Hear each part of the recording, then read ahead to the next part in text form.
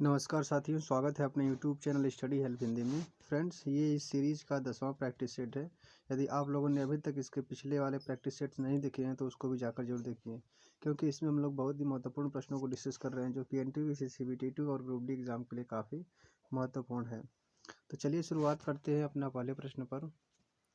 देखिए, यहाँ पर पहला प्रश्न दिया हुआ है, भारत सरकार ने इनमें से किस राज्य या केंद्र शासित प्रदेश में हाल ही में एक केंद्रीय विश्वविद्यालय स्थापित करने का निर्णय लिया है? तो भारत सरकार के द्वारा किस राज्य या केंद्र शासित प्रदेश में एक केंद्रीय विश्वविद्यालय स्थापित करने का निर्णय लिया गया है? तो इसका आंसर हो जाएगा ऑप्शन नंबर ए, लद्दाख में। आंसर हो जाएगा इसका ए, लद्दाख। अगला प्रश्न है, निम्नलिखित में से किसने 14 जुलाई 2021 को बेंगलुरु में इलेक्ट्रिक बाइक टैक्सी योजना शुरू की है? तो किसके द्वारा बेंगलुरु में इलेक्ट्रिक बाइक टैक्सी योजना की शुरुआत की गई है? इसका उत्तर हो जाएगा option number A, B S. Yediyurappa. B S. Yediyurappa के द्वारा, जो कि कर्नाटक के मुख्यमंत्री हैं। बी.एस. येदियुरप्पा ने 4 जुलाई 2021 को बेंगलुरु में इलेक्ट्रिक बाइक टैक्सी योजना की शुरुआत की है। नेक्स्ट प्रश्न है, फॉर्च्यून की ग्लोबल 500 सूची 2021 में किस भारतीय कंपनी को पहला स्थान दिया गया है? तो जो फॉर्च्यून की ग्लोबल 500 की सूची है 2021 की, उसमें किस भारतीय कंपनी को पहला स्थान दिया गया है? तो इसका आंसर हो जाएगा ऑप्शन नंबर ए, रिलायंस इंडस्ट्री, जो कि भारत में इसका स्थान पहला है और विश्व में इसका स्थान 155वें, वैश्विक स्तर पर 155वें स्थान पर है, और वैसे भारत में इसका स्थान पहला नंबर पर है। नेक्स्ट प्रश्न है, उस देश का नाम बताइए जिसने हाल ही में सभी रेजिडेंट डॉक्टरों को गोल्डन वीज़ा दिया है। तो वह कौन सा देश है जिसने रेजिडेंट डॉक्टरों को गोल्डन वीज़ा दिया है? इसका आंसर हो जाएगा ऑप्शन नंबर डी, संयुक्त अरब अमीरात, यूएई। यूएई जो है कि रेजिडेंट डॉक्टरों को गोल्डन वीज़ा दिया है। इसका आंसर हो जाएगा ऑप्शन नंबर डी। अगला प्रश्न है, गौतम बुद्ध के जन्म का प्रतिनिधित्व कौन सा प्रतीक करता है? तो गौतम बुद्ध का जन्म का प्रतीक कौन सा है? इसका आंसर हो जाएगा ऑप्शन नंबर ए, कमल। कमल और बैल जो है कि गौतम बुद्ध के जन्म का प्रतिनिधित्व करता है। कमल हो जाएगा और इसके बाद बैल भी है। कमल और बैल दोनों ही गौतम बुद्ध के जन्म का प्रतिनिधित्व करता है। कौन सा पहला उत्पाद था जिसे भारत में 2004-5 में जीआई टैग मिला था? जीआई टैग, जियोग्राफिकल इंडिकेशन मिला था 2004 और 5 में सबसे पहले। तो इसका आंसर हो जाएगा ऑप्शन नंबर बी, दार्जिलिंग चाय। दार्जिलिंग टी को जो है कि पहले जीआई टैग मिला है। कब? 2004-5 में इसको जीआई टैग दिया गया था, दार्जिलिंग टी को। अगला प्रश्न देखिए, निम्नलिखित में से किसने टोक्यो ओलंपिक में पुरुष टेनिस एकल का स्वर्ण पदक जीता है? तो निम्नलिखित में से कौन सा व्यक्ति है यह जो कि टोक्यो ओलंपिक में पुरुष टेनिस एकल का स्वर्ण पदक जीता है? इसका आंसर हो जाएगा option number C, Alexander Zverev. Alexander Zverev ने जो है कि पुरुष टेनिस एकल का स्वर्ण पदक जीता है। अगला प्रश्न, कौन सा विटामिन शरीर के ऊतकों की वृद्धि, विकास और आरोग्य के लिए आवश्यक है? इनमें से कौन सा विटामिन है जो शरीर के ऊतकों की वृद्धि, विकास और आरोग्य की, जैसे कि रोग न होने पाए शरीर में, उसके लिए आवश्यक है?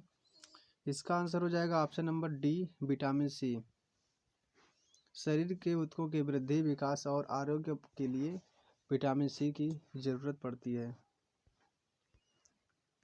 निम्नलिखित में से किस राज्य सरकार ने भारत का पहला अनाज एटीएम शुरू करने की घोषणा की है? तो किस राज्य के द्वारा भारत का पहला अनाज एटीएम शुरू करने की घोषणा की गई है? इसका उत्तर हो जाएगा ऑप्शन नंबर ए, हरियाणा। हरियाणा राज्य के द्वारा भारत का पहला अनाज एटीएम शुरू करने की घोषणा की गई है।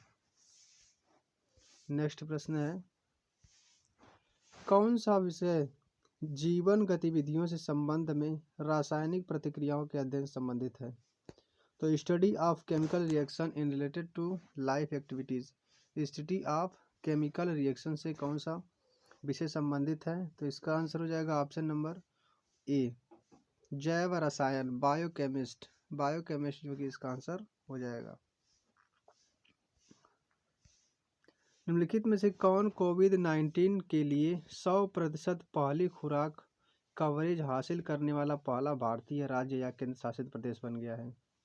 तो 100% पहली खुराक कवरेज करने वाला पहला भारतीय राज्य या केंद्र शासित प्रदेश लद्दाख बन गया है। इसका आंसर क्या हो जाएगा? Option number C, Ladakh.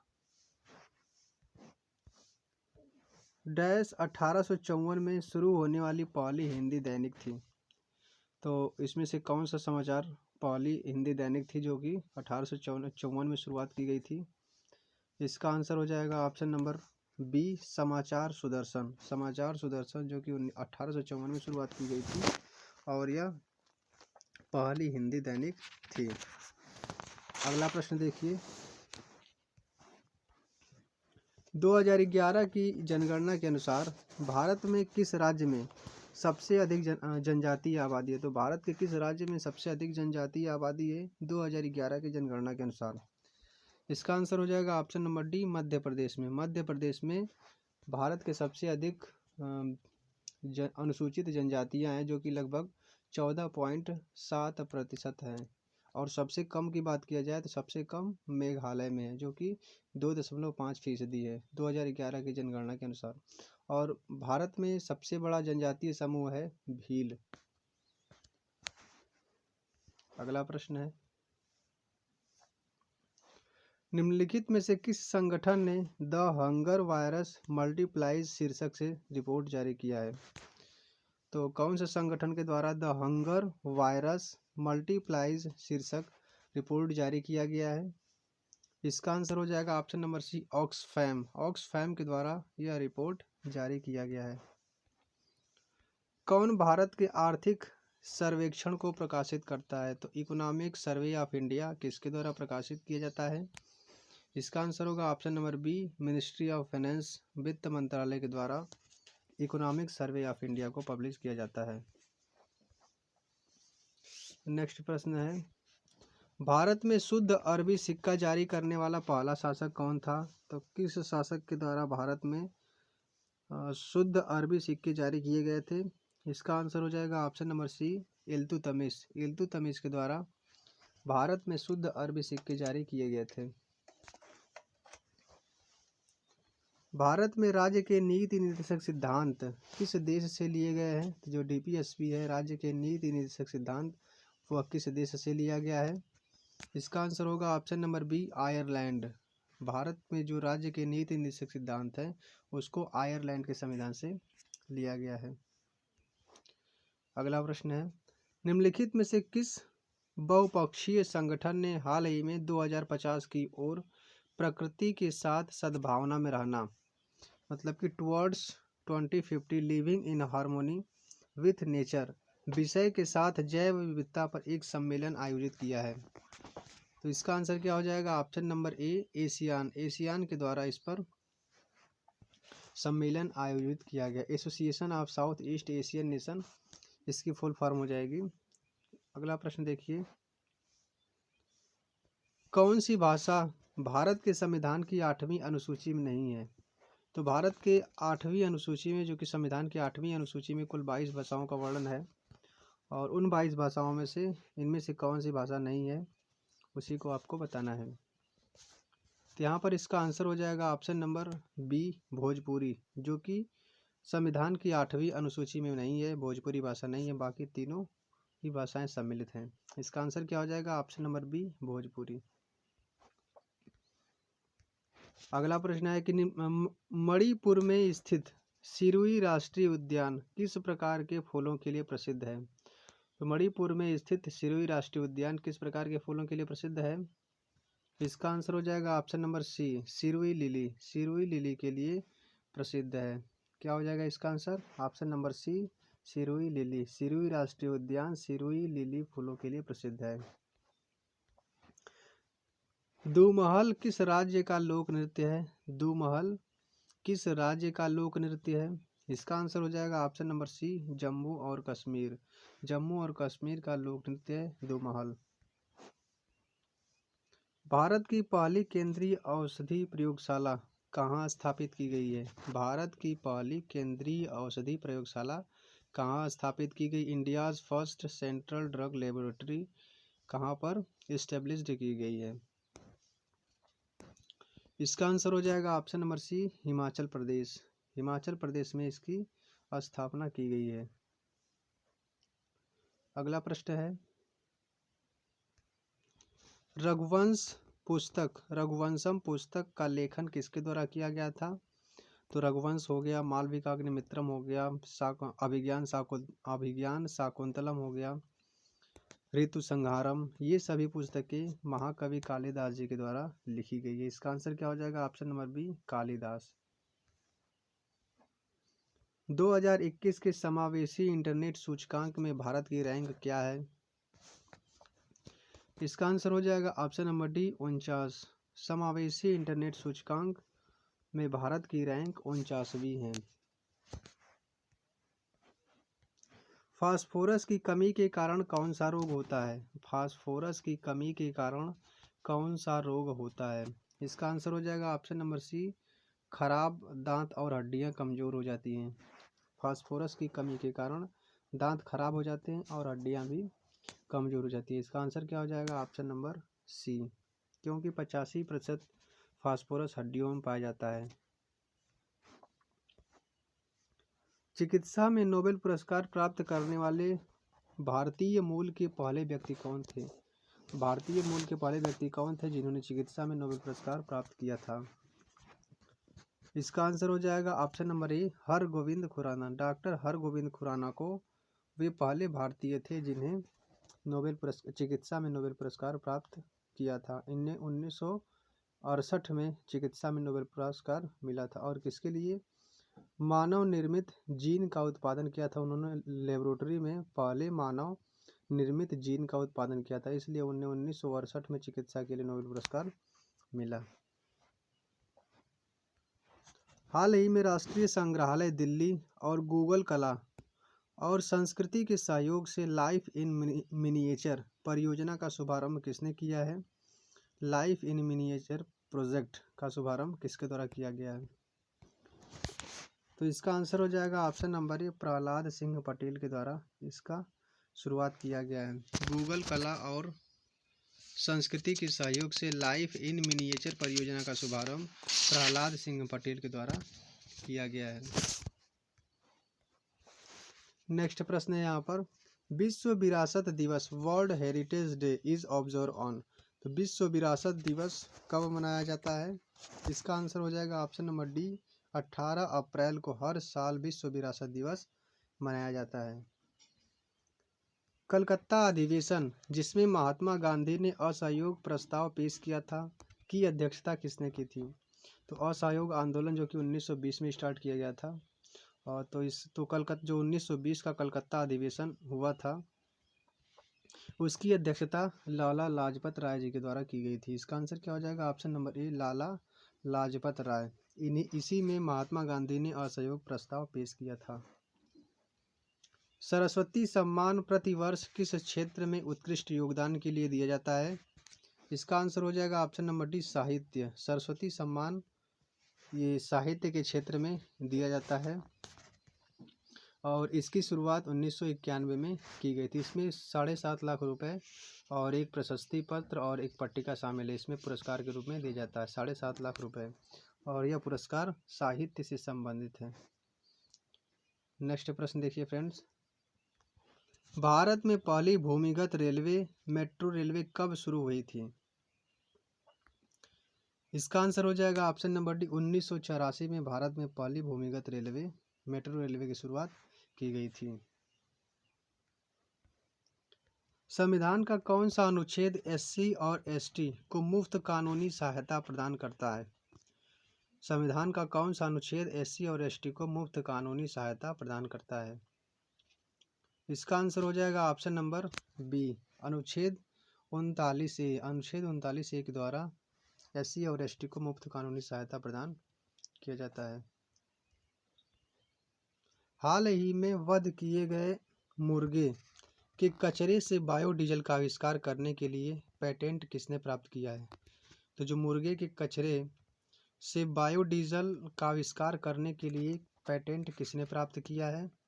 इसका आंसर हो जाएगा option number D, John Abraham. John Abraham के द्वारा पशु चिकित्सक से आविष्कारक बने जॉन अब्राहम को वध किए गए मुर्गे के कचरे से बायोडीजल का आविष्कार करने के लिए पेटेंट प्राप्त किया है। यह बायोडीजल लगभग 38 किलोमीटर प्रति लीटर का माइलेज देता है। इसका आंसर क्या हो जाएगा? Option number D, John Abraham. Suez नहर भूमध्य सागर को डैश से जोड़ती है। स्वेज नहर भूमध्य सागर को किससे जोड़ती है?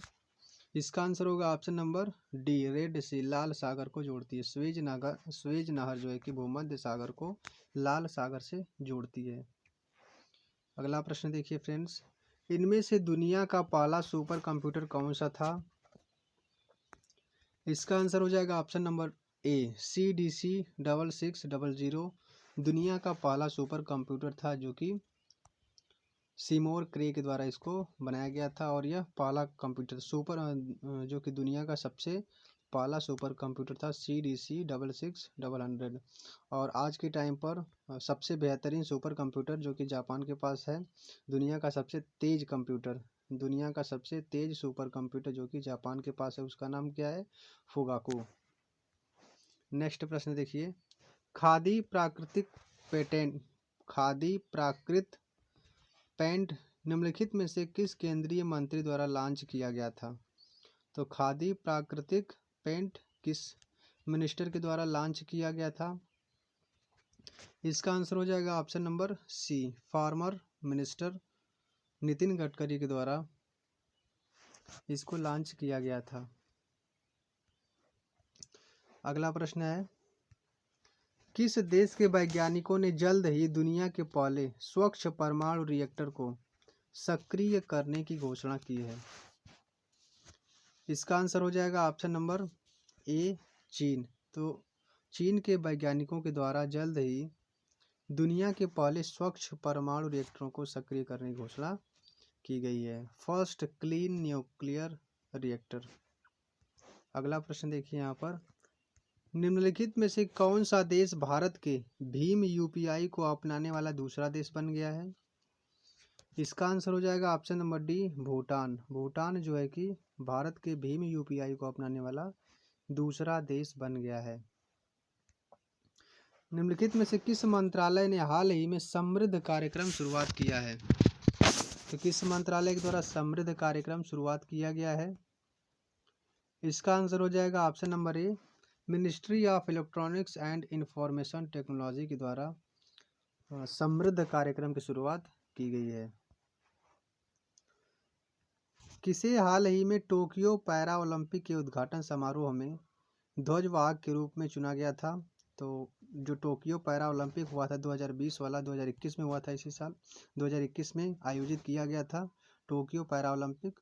तो उसमें उद्घाटन समारोह में ध्वजवाहक के रूप में किसे चुना गया है? इसका आंसर होगा ऑप्शन नंबर सी, टेक चंद को उद्घाटन समारोह में ध्वजवाहक के रूप में चुना गया था। इसके बाद अगला प्रश्न देखिए फ्रेंड्स, यहाँ पर 2021 अंतर्राष्ट्रीय बुकर पुरस्कार के विजेता कौन है? 2021 का अंतर्राष्ट्रीय बुकर पुरस्कार किसे दिया गया? इसका आंसर हो जाएगा ऑप्शन नंबर ए, डेविड डियोप को 2021 अंतर्राष्ट्रीय बुकर पुरस्कार प्राप्त करता है, डेविड डियोप। रंग पहाड़ वन्य जीव अभ्यारण्य किस राज्य में स्थित है? रंग पहाड़ वन्य वाइल्ड लाइफ सेंचुरी किस राज्य में स्थित है? इसका आंसर हो जाएगा ऑप्शन नंबर सी, नागालैंड में। रंग पहाड़ वन्य जीव अभ्यारण्य नागालैंड में स्थित है। भारत की पहली हरित हाइड्रोजन इलेक्ट्रोलाइजर निर्माण इकाई डैश में है? तो भारत की पहली, India's first green hydrogen electrolyser manufacturing unit at, तो वह कहाँ पर स्थित है? इसका आंसर होगा ऑप्शन नंबर सी, बेंगलुरु में।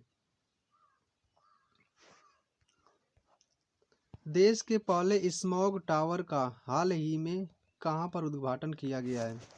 देश के पहले स्मॉग टावर का उद्घाटन कहाँ पर किया गया है? इसका आंसर होगा ऑप्शन नंबर बी, दिल्ली में। दिल्ली में जो है कि इसका उद्घाटन किया गया है। और यह कैनाट पैलेस इलाका में बाबा खड़क सिंह मार्ग पर देश के पहले स्मॉग टावर का उद्घाटन किया गया और यह दिल्ली के मुख्यमंत्री अरविंद केजरीवाल के द्वारा 23 अगस्त 2021 को कैनाट पैलेस इलाके में बाबा खड़क सिंह मार्ग पर देश के पहले स्मॉग टावर का उद्घाटन किया गया। इसका आंसर क्या हो जाएगा? ऑप्शन नंबर बी, दिल्ली में। ग्लोबल इनोवेशन इंडेक्स निम्नलिखित में से किस संगठन द्वारा जारी किया जाता है? ग्लोबल इनोवेशन इंडेक्स किस संगठन द्वारा जारी किया जाता है? इसका आंसर क्या हो जाएगा? ऑप्शन नंबर ए, विश्व बौद्धिक संपदा संगठन, वर्ल्ड इंटेलेक्चुअल प्रॉपर्टी ऑर्गेनाइजेशन के द्वारा ग्लोबल इनोवेशन इंडेक्स जारी किया जाता है। इनमें से कौन सा पहला आनुवंशिक रूप से संशोधित चावल है जिसे हाल ही में दक्षिण और दक्षिण पूर्व एशिया क्षेत्र में व्यावहारिक उपयोग के लिए अनुमोदित किया है? इसका आंसर क्या हो जाएगा? Option number D, golden rice, जो कि गोल्डन चावल पहला आनुवंशिक रूप से संशोधित चावल है जिसका दक्षिण और दक्षिण पूर्व एशिया क्षेत्र में व्यावसायिक रूप से उपयोग के लिए अनुमोदित किया गया है। निम्नलिखित में से किस राज्य में भारत का सबसे बड़ा सोलर पार्क बनाया जाएगा? इसका आंसर होगा ऑप्शन नंबर ए, गुजरात में भारत का सबसे बड़ा सोलर पार्क बनाया जाएगा। गुजरात के कच्छ वाले इलाके में जो कि भारत का सबसे बड़ा सोलर पार्क बनाया जाएगा। फ्रेंड्स, वीडियो पसंद आई हो तो वीडियो को लाइक ज़रूर कीजिएगा और यदि आप इस चैनल पर नए हैं तो प्लीज़ चैनल को सब्सक्राइब जरूर कीजिएगा। मिलते हैं नेक्स्ट वीडियो में। Thank you friends.